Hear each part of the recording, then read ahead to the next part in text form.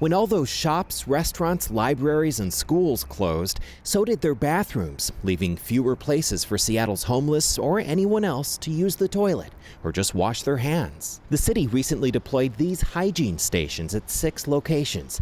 They include toilets, sinks, and soap.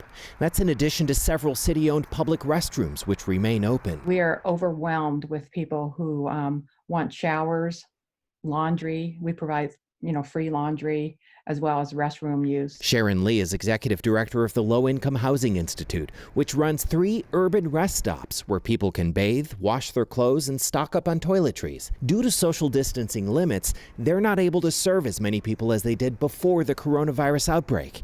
Good hygiene is needed now more than ever. Washing your hands, something as basic as hot water to wash your hand, is not available to them. So we think that's a tremendous health risk for homeless people, people living in their cars, and people who are unsheltered. They recently came close to running out of toilet paper, which they avoided thanks to some generous donors. Lee says these services are especially limited on nights and weekends when most facilities are closed. The city says it's in the process of buying 4 hygiene trailers, which will have showers, toilets, and hand washing stations. For now, it still takes some planning and patience to find relief.